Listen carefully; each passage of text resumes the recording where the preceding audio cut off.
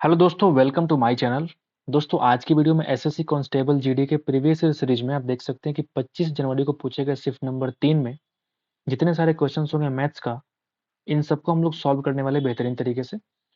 तो आइए हम लोग चलते हैं सीधे मैथ के सवालों की तरफ। ठीक है, ये सीरीज बहुत हेल्पफुल होगा आपके लिए अगर आप एक एसएससी जीडी के एस्पिरेंट हैं जो कि फरवरी मार्च में एग्जाम होने वाला है। तो उसके लिए बहुत अधिक बेनिफिशियल है। आप चाहो तो इसको लाभ उठा सकते हो, इस सीरीज को फॉलो कर सकते हो। ठीक है, चलते हैं हम लोग सीधे मैथ के सवालों की तरफ।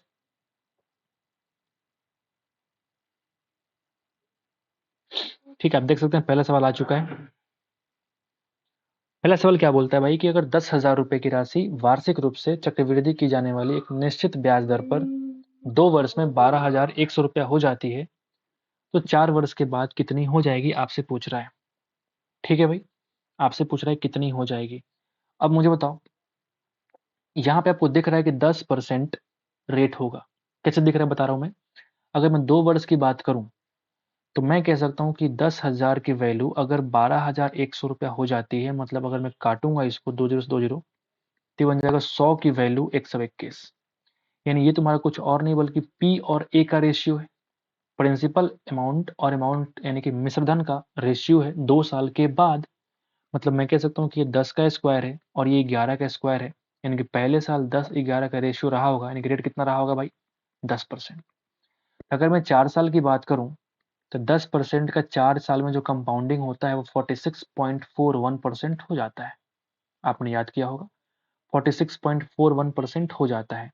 यानी 10,000 का अगर 46.41% निकालोगे तो कंपाउंड इंटरेस्ट कितना आ जाएगा, 4641 रुपया। आपसे क्या पूछ रहा है कि यह राशि कितनी हो जाएगी। यानी जो अमाउंट है 10,000 प्लस 4,641, यानी कि 14,641 रुपया ही बनने वाला है। ठीक है, उम्मीद करते हैं कि आपको समझ में आ गया होगा। ये आसान सवाल है, देखने में मुश्किल लग रहा है लेकिन बहुत ही आसान सवाल है। और भी तरीके हैं इसको सॉल्व करने के। कैसे, तो आप देखो, यहाँ देखो 2 साल और यहाँ देखो 4 साल, मतलब सेम गैप आपको दिख रहा है। जब सेम गैप दिख रहा है तो आप यहाँ से क्या कर सकते हो, 100 बन गया 121। मतलब आप देखोगे 21% का आपको यहाँ पे गैप दिख रहा है। तो इस इंटरेस्ट में आप फिर से 21% निकाल दोगे ना, तो आपका राशि ऑटोमेटिक मिल जाएगा। आप करके देखना, मैं बता रहा हूँ कैसे करना। सेकंड मेथड करिएगा, ये हो सकता है आपके लिए कि यहाँ पे 12,100 को आप 100 मान लो और 21% बढ़ा के आप इसका आंसर निकालोगे, ऑटोमेटिक आपको आंसर देखने को मिलेगा। 2 जीरो से काट लो, ठीक है, और गुना कर लो 121 इंटू 121। ठीक है भाई, 121 इंटू 121, 14,641 ही आने वाला है। तो ये मिश्रण बन जाएगा। लेकिन डायरेक्टली अगर हम इस मेथड पे आते तो आपका दिमाग खराब हो जाता। This is the first method और this is the second method. आपको जो अच्छा लगे आप उसको सॉल्व कर सकते हो। ठीक है, आगे बढ़ते भाई नंबर 2 पे चलते हैं। एक डिनर जो है, एक एयर कंडीशनर का अंकित मूल्य 1,20,000 अंकित करता है, 12% डिस्काउंट दिया। आप इसको निकाल सकते हैं आसानी से। बहुत ही आसान सवाल। 100 गुणा कर लो 88, ये तुम्हारा क्या बन जाएगा, एसपी। काट लो इसको, ठीक है। 2 जीरो तो आएगा ही, 12 8 96 9, 12 8 96 और 9 यानी कि 105। इतना रुपये तुम्हारा क्या हो जाएगा, सेलिंग प्राइस। आगे बढ़ते हैं भाई और 3 नंबर पे आते हैं। 3 नंबर क्या बोलता है, यदि 200 से 350 की कीमतों पर खरीदी गई पुस्तकों को 300 से 450 तक की कीमतों पर बेचा जा रहा है, तो 8 पुस्तकों को बेचने पर अधिकतम संभावित लाभ क्या हो सकता है। वाह, लॉजिकल सवाल है। अधिकतम यानी कि जो मैक्सिमम लाभ तभी होगा जब हम स्मॉलेस्ट वैल्यू में खरीदेंगे और हाईएस्ट वैल्यू में सेल करेंगे। यानी जो मैक्सिमम प्रॉफिट है, जो मैक्सिमम प्रॉफिट है एक बुक पर, वो कितना हो सकता है, 200 में खरीदा और 450 में सेल किया, यानी कि 250 प्रॉफिट हो सकता है। तो आपसे कह रहा है कि 8 पुस्तकों को सेल करने पे, तो 8 से गुना, इधर कर लो 8 से गुना, यानी कि 2,000 इसका मैक्सिमम प्रॉफिट हो सकता है। बढ़िया सवाल।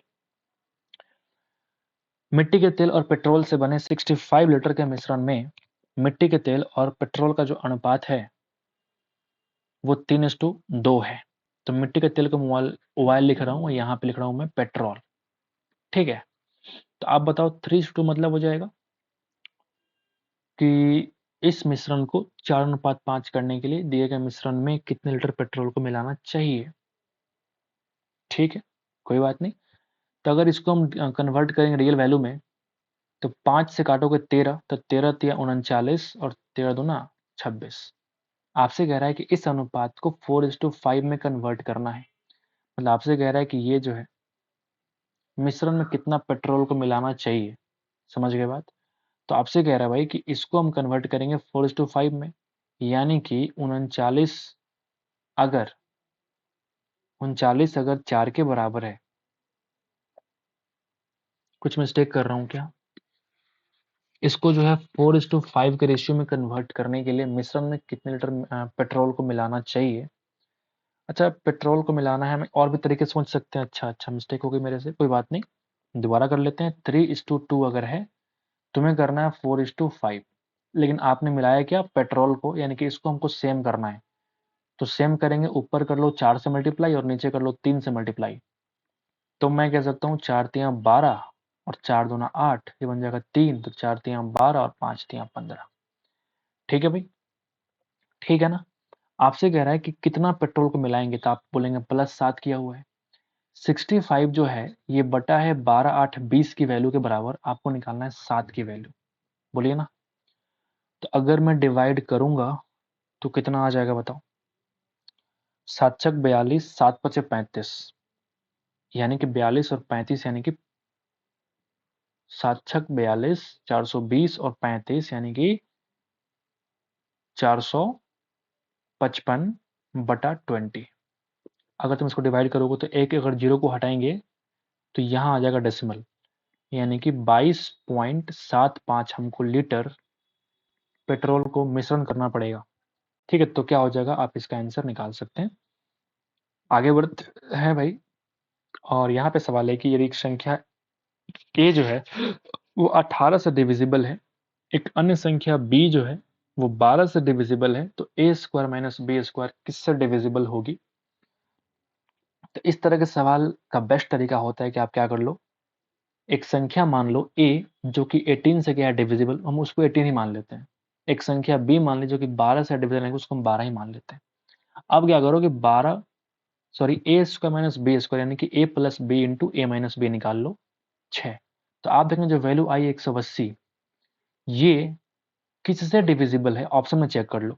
तो आप देखेंगे 40 से नहीं कट रहा है, 48 से नहीं कट रहा है, लेकिन 30 से भी कट रहा है, 36 से भी कट रहा है। किसको हम टिक लगाएं? तो हो सकता है कि एक जो वैल्यू ये नंबर आया दोनों से कट रहा हो, और कट भी रहा, आप देख सकते हैं। तब दोनों टिक लगाएंगे क्या? नहीं। फिर ट्राई कर लेते हैं, ए को और मान लेते हैं। फिर दोबारा ए को मान लिया हमने 54, बी को मान लिया हमने 12 का 12 छोड़ देते हैं, कोई दिक्कत नहीं। आओ जरा आप सॉल्व कर लो। तो ए प्लस बी का मतलब 66, ए माइनस बी का मतलब 42। अब तुम देखो, ये 30 से तब कटता जब इसके अंत में कहीं जीरो आता। 6 दूना 12, लास्ट में अंतिम डिजिट 12 है, मतलब 2 है। तो क्या 2 जीरो से कटेगी? नहीं। यानी कि यहाँ भी 6 काटोगे अगर तो 11 बनेगा, यहाँ भी 6 काटोगे तो 7 बनेगा। मतलब ये संख्या पूरी पूरी 36 से डिविजिबल है, ना कि 30 से। इस तरीके से आप इसको सॉल्व कर सकते हैं। बेस्ट मेथड है ये। एक कार चालक को एक निश्चित दूरी तय करने में लगने वाले समय को 40% कम करने के लिए, अगर आप देखो टाइम अगर निकालोगे, 40% आपने कम किया, मतलब टाइम आप कम कर रहे हो -2/5। तो चाल में कितना वृद्धि करना होगा, तो आप देखो डिफरेंस निकालो कितना हो जाएगा, 3/5 आपको डिफरेंस बढ़ाना पड़ेगा।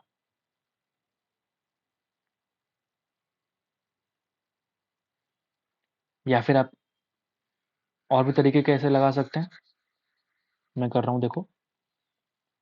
निश्चित दूरी को मान लिया हमने कि वो डी के बराबर है, वो कुछ ज्यादा ही शॉर्टकट तरीका था। ठीक है, तो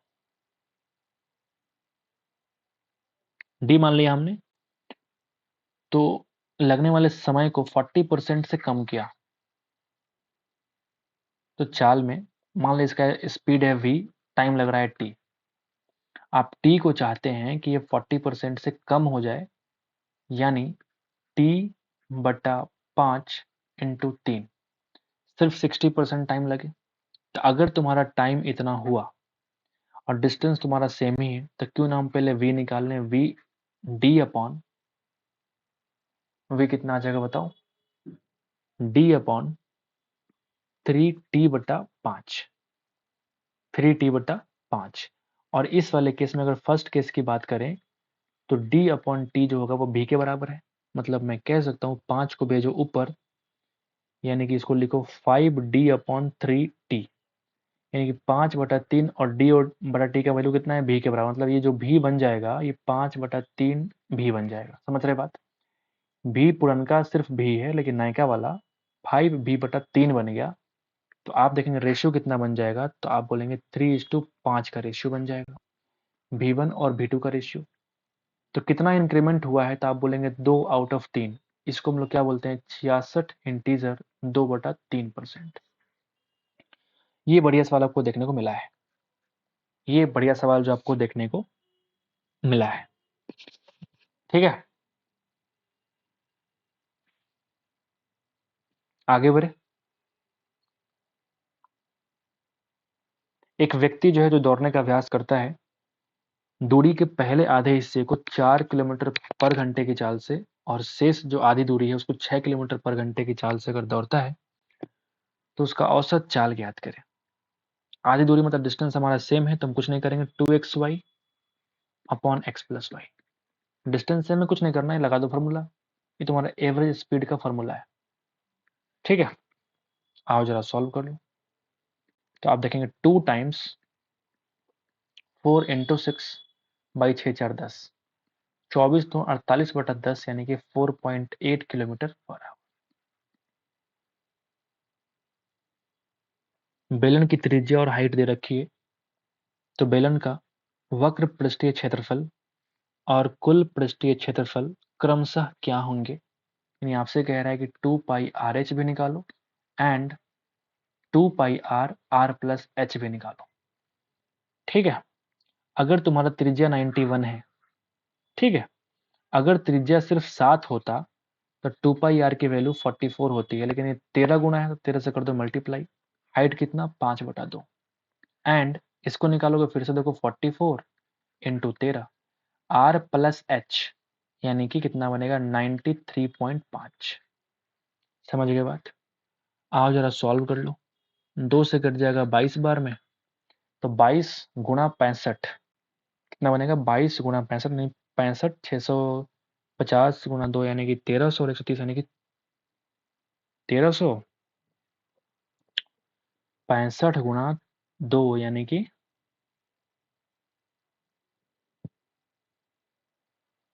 कितना हो जाएगा भाई, 13 25 65 गुणा 2 यानी कि 130, कैरी हो गया 13। ठीक है, 130 और 13 यानी कि 143। इतना सेंटीमीटर स्क्वायर क्या बनेगा तुम्हारा, कर्व सरफेस एरिया। ठीक वैसे ही आप इसको गुना कर लो। तो मैं क्या कर रहा हूँ, इसको पॉइंट को हटाने के लिए यहाँ से 2 भेज रहा हूँ मैं उधर, तो बन जाएगा 22 गुणा 13 यानी कि 22 3 66, 6 22 और 6 यानी कि 28, 2 भेज दिए उधर यानी गुना कर लो, तो बन जाएगा 187। ठीक है ना, अब गुना कर लो, 6 गुना 7 अंतिम डिजिट कितना आएगा, 2 आएगा अंतिम डिजिट, यहाँ पे भी 2 है, सब में 2 ही है, तो गुना कर लो, इसका आंसर आ जाएगा आसान से वाले ही। टाइम वेस्ट नहीं करते, आगे बढ़ते हैं। एक छाता जो है 80 में खरीदा और 68 में सेल किया, तो आप बोलेंगे 12 रुपया डिस्काउंट दिया, तो 80 का जो 12 कितना परसेंट है, 15%। आगे बढ़े। एक दुकानदार एक मेज के अंकित मूल्य को एक निश्चित राशि के रूप में सूचीबद्ध किया और उसने 10 और 10 की 2 क्रमिक छूट दी। दुकानदार इसे खरीदता है, 1458 में बेचा, तो अंकित मूल्य ज्ञात करें। आप बताओ 10 10 का जो 2 छूट होता है, 20 माइनस 10 का 10% यानी कि 19% क्या हुआ, एक्चुअल इसका डिस्काउंट हुआ, यानी जो वैल्यू है वो 81 के बराबर है, आपको निकालना है 100 की वैल्यू, तो ये तुम्हारा मार्क प्राइस है। ठीक है क्या, 9 9 81, 9 एकम 9, 5 5 9 6 54 फिर 2, 9 से कट जाएगा 18 बार में, यानी कि 1800 रुपये क्या हो जाएगा भाई, इसका मार्क प्राइस हो जाएगा। 11 पे आते हैं भाई। यदि x और y व्युत्क्रमानुपाती क्रमानुपाती है, मतलब कह सकता हूँ कि x जो है इस तरीके से लिखा गया है, तो आपने पढ़ा होगा फिजिक्स में पहले से भी कि x जो अगर इसको हटाएंगे तो यहाँ पे कांस्टेंट k आएगा, तो k/y लिख सकते हैं। अगर y की वैल्यू 7 है तो x कितना है, 27, अगर x 27 यहाँ पे रखेंगे तो इसकी वैल्यू कितनी आएगी 7 के बराबर। यानी मैं कह सकता हूँ कि जो k की वैल्यू है वो 27 इंटू 7 के बराबर है। ठीक है, अगली बार फिर से आते हैं, इसी को अप्लाई करना पड़ेगा। अगर y तुम्हारा 21 है तो x का मान ज्ञात करें, यानी कि x is equal to k कितना है 27 इंटू 7, तो y कितना बताओ 21 यहाँ पे रख लेते हैं। तो 7 गुणा 3 और 3 से कट जाएगा 9 बार में, यानी कि x की वैल्यू कितनी आ गई 9। बेहद ही आसान सवाल था ये। आगे बढ़ते हैं और आपको निकालना है HCF। आपको निकालना है भाई HCF क्या होगा। जब फ्रैक्शन का HCF निकालना हो तो हम क्या करते हैं, HCF निकालने के लिए हम क्या लगाते हैं, HCF ऑफ न्यूमरेटर और LCM ऑफ डिनोमिनेटर। याद है आपको, फॉर्मूला अप्लाई कर सकते हैं। अगर आप ये HCF के बदले आपसे पूछता है कि LCM निकालो, तब क्या करते हैं, ऊपर वाले का निकालते हैं LCM, LCM ऑफ न्यूमरेटर, और नीचे वाले का निकाल देते हैं हम HCF ऑफ डिनोमिनेटर। क्लियर है, आपसे पूछ रहा है HCF निकाल दो जरा, तो ऊपर का आप निकालेंगे HCF 3 5 7 और ये 1 आ गया, मतलब 1 ही होगा। LCM निकालना है 4 7 9 12, तो आप देखेंगे आप निकाल लो LCM, वो इसका यहाँ पटक दो, इसका आंसर निकल जाएगा, जो कि कितना आने वाला है भाई 252 के आसपास आने वाला है, 252 आएगा। ठीक है, दिस इज द आंसर। ठीक है, आगे बढ़े। राहुल ने 3 वर्ष पहले 10% चक्रवृद्धि ब्याज दर पर और वार्षिक चक्रवृद्धि ब्याज आधार पर एक धनराशि उधार ली थी। यदि उस उधार ली गई धनराशि का वर्तमान मूल्य अगर इतना रुपया है तो राहुल ने कितना रुपया उधार लिया था, आपको बताना है। 3 वर्ष के बाद 10% के रेट से जो CI होता है वो कितना होता है, 33.1% होता है। आपने बचपन से याद कर रखा है, जब से आपने SSC के फील्ड में कदम रखा है। ठीक है, मतलब मैं कह सकता हूँ कि 11,979 जो है 100% और प्लस 33.1% यानी कि 133.1% के बराबर है। मुझे निकालना है 100 की वैल्यू। अगर मैं इस डेसिमल को हटाऊंगा तो बन जाएगा 0, और यही तुम्हारा कुछ और नहीं बल्कि प्रिंसिपल अमाउंट जो कि इसने उधार लिया था। समझ गए बात। अगर तुम इसको काटोगे तो देखोगे ये पूरा पूरा 9 से कट जाएगा, यानी कि 9,000 रुपये इसने उधार लिया था। आगे बढ़े, चलते हैं 14 नंबर सवाल पे। 20 लोगों का जो एवरेज वेट है वो दे रखा है, उनमें से 10 लोगों का जो एवरेज वेट है वो 70 है, तो बचे हुए लोगों में से 5 लोगों का जो एवरेज वेट है वो इतना है, तो बचे हुए लोगों में 5 का एवरेज वेट आपको निकालना है। 20 का है 75, बेहद ही आसान। 10 का है 70, ठीक है भाई। अगला जो 5 है वो फिर 75, तो जो नेक्स्ट 5 है उसका आपको निकालना है। ठीक है भाई, तो आप यहाँ पे मुझे 5 10 अगर 20 दे रखा है तो एवरेज निकालने के लिए हमको सिर्फ रेशियो चाहिए होता है, तो ये 1 ये भी 1 ये भी 2 और ये तुम्हारा 4। अब गुना कर लो, ये बन जाएगा 300, ये बन जाएगा 140, ये बन जाएगा 75 और ये बन जाएगा तुम्हारा x, मान लो इसको कि x के बराबर है, तो x की वैल्यू आएगी 85 kg। आगे बढ़े। यदि एक संख्या में 8% की वृद्धि की और फिर बड़ी संख्या में 8% की कमी करते हैं तो आपको निकालना है कितना कमी आएगा। जब सेम वृद्धि और सेम कमी होता है तो हमेशा कमी होता है, याद रखना, और कमी होता कितना है तो 8 का 8%। ठीक है, यानी कि 64/100 यानी कि 0.64% इस सवाल में कमी आएगी। आगे बढ़ते हैं। चोर पुलिस का सवाल आ चुका। चोर जो है 40 के स्पीड से भागते हुए एक निश्चित दूरी को 5 घंटे 15 मिनट में तय करता है। यदि पुलिस उसका पीछा करते हुए समान दूरी इतने के स्पीड से तय करता है तो पुलिस उस दूरी को तय करने में कितना समय लेगा, आपसे कह रहे हैं। तो आप बताओ, अगर मैं डिस्टेंस निकालूंगा तो आप बोलेंगे 40 इंटू 5 घंटा 15 मिनट यानी कि 5 और 1/4 और तो 5 चौका 20 से 21/4 बोल सकते हैं इतना घंटा। तो speed into time is equal to distance. इस डिस्टेंस को कवर करना है पुलिस को 50 के स्पीड से, तो अब तुमको टाइम ऑटोमेटिक निकल रहा है। बोलो बोलो, निकल रहा ना। तो आप देखेंगे 40 4 और ये 0 इससे, यानी कि 21/5 यानी कि 4 इंटीजर 1/5 घंटा, यानी मैं बोल सकता हूँ कि 4 कंप्लीट आवर और 1/5 का मतलब 12 मिनट। और this is the answer. A B और सी का दे रखा है, तो एक साथ काम करेंगे तो कितना होगा, हम निकालते हैं एफिशिएंसी। तो इन तीनों का अगर मैं एफिशिएंसी निकालूंगा तो पहले निकालना पड़ेगा मुझे एलसीएम। तो यहाँ देखो 9 कॉमन लिया हमने, ये बन जाएगा 3, ये बन जाएगा 4, ये बन जाएगा 5। 5 चौका 20 3 60 और 60 गुणा 9 तुम्हारा क्या बनेगा, टोटल वर्क। अगर मैं एफिशिएंसी की बात करूंगा तो कितना हो जाएगा बताओ, डिवाइड कर लो 27 से, यानी कि 20, 36 से किया 15, 45 से किया 12, एक साथ काम किया, डिवाइड कर दो 35 और 12 यानी कि 47। दिस इज द टाइम जो तुम्हारा लगने वाला है। ठीक है क्या? बिल्कुल ठीक है। तो आप देखेंगे यहाँ पे कि 6 और गुणा 9 यानी कि 540 बटा 47, यानी कि 470 और 47 यानी कि 517, 23 बचेगा 11 करके by 47। This is the required number of days जो कि आपको लगने वाला है, तीनों मिलकर काम को पूरा करेंगे। आते हैं 18 नंबर पे। 18 नंबर क्या बोलते हैं, राम अपने कमरे के सभी दीवारों और छत को व्यक्तिगत रूप से पेंट करना चाहता है।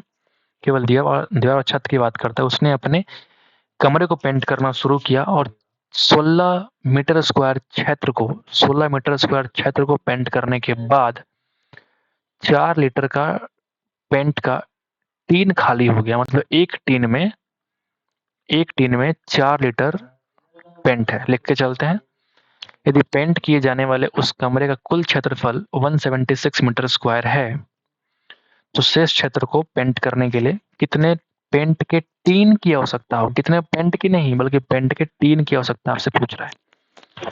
ठीक है, तो मैं अगर कहूं आपसे कि 16 मीटर स्क्वायर करने के लिए आपको 4 लीटर लगता है, ठीक है, मतलब मैं कह सकता हूं कि 1 लीटर में ये 4 मीटर स्क्वायर पेंट कर रहा है। पहले हम लीटर निकाल लेते हैं। इनकी 176 अगर टोटल मीटर स्क्वायर है तो हम करेंगे 4 से डिविजिबल, यानी कि ये कितना हो जाएगा, 4 चौका 16, 4 चौका 16। कुछ मिस्टेक किया हमने क्या? अच्छा सॉरी, ये पेंट करने के बाद की बात है, ये तो खाली हो गया। अब पूछ रहा है कि शेष क्षेत्र को पेंट करने के लिए, मतलब 16 कर चुका, यानी अब जो बचा है वो सिर्फ कितना बचा, 160। 16 कम कर दिया ना, तो अब जो बचेगा वो बचेगा सिर्फ 160 बाई करो 4, यानी कि 40 लीटर हमारा क्या लगेगा, 40 लीटर हमारा पेंट लगने वाला है। अब क्या देखेंगे आप, ऑप्शन देखेंगे, अच्छा 40 तो है ही है, टिक मार के भागो यहाँ से। आप देखेंगे ऑप्शन यहाँ पे 40 तो है ही है, टिक मार के निकल जाओ। लेकिन यहाँ 40 लीटर तेल की बात नहीं, पेंट की बात नहीं कर रहा है, बल्कि टीन की बात कर रहा है। और एक टीन में है कितना, 4 लीटर। 4 से फिर से करो डिवाइड, यानी कि बन जाएगा 10 टीन। 10 टीन इस सवाल का आंसर है। आगे बढ़ते हैं। उस बेलन के संपूर्ण पृष्ठीय क्षेत्रफल का उसके वक्र पृष्ठीय क्षेत्रफल से अनुपात ज्ञात करिए जिसकी त्रिज्या ऊंचाई आपको दे रखा है। तो जो संपूर्ण पृष्ठ क्षेत्रफल होता है वो होता है 2 पाई आर, आर प्लस एच। ये होता है 2 पाई आर और एच। तो 2 पाई आर से 2 पाई आर खत्म, आर प्लस एच को जोड़ेंगे 70 आएगा, एच कितना है 50। रेशियो निकालो 7:5 इस सवाल का आंसर है। आते हैं आखिरी सवाल की तरफ। ए जो है वो बी से 3 गुना कुशल कारीगर है। ए जो है वो बी से 3 गुना कुशल कारीगर है, 3:1। ए ने कार्य करना शुरू किया, उन्होंने मिलकर एकांतर दिनों में कार्य किया और 24 दिनों में काम को पूरा कर दिया। ठीक है, ए अकेले कार्य पूरा करने में कितने दिन लेगा? अल्टरनेट डेज कार्ड करता है, ए शुरू किया उसे कोई मतलब नहीं, अगर 24 डेज में काम पूरा हुआ है तो 12-12 दिन काम करेंगे, यानी इन दोनों को मिला के 12 दिन में काम पूरा हो रहा है। मतलब मैं कह सकता हूँ कि 12 × 4 टोटल वर्क है। आपसे कह रहा है भाई कि ए को काम कराना है अकेले, 3 से कर दो डिवाइड, ये नंबर ऑफ आपको डेज मिलने वाला है। तो 3 चौका 12 नहीं, 4 चौका 16 दिन लगेगा भाई ए को अकेले इस काम को पूरा करने में। आसान सवाल था, आखिरी सवाल। उम्मीद करते हैं कि आपको समझ में आ गया होगा, तो एक बार लाइक कर दीजिएगा हमारे इस वीडियो को। मिलते हैं नेक्स्ट वीडियो में, तब तक के लिए थैंक यू दोस्तों। पढ़ते रहिए आप हमेशा, जब तक आपका सिलेक्शन नहीं हो जाए। सिलेक्शन लेना बहुत जरूरी है आपकी बेरोजगारी को दूर करने के लिए। तो आज के लिए इतना दोस्तों, thank you so much for watching the video till this time. Thank you मेरे दोस्त।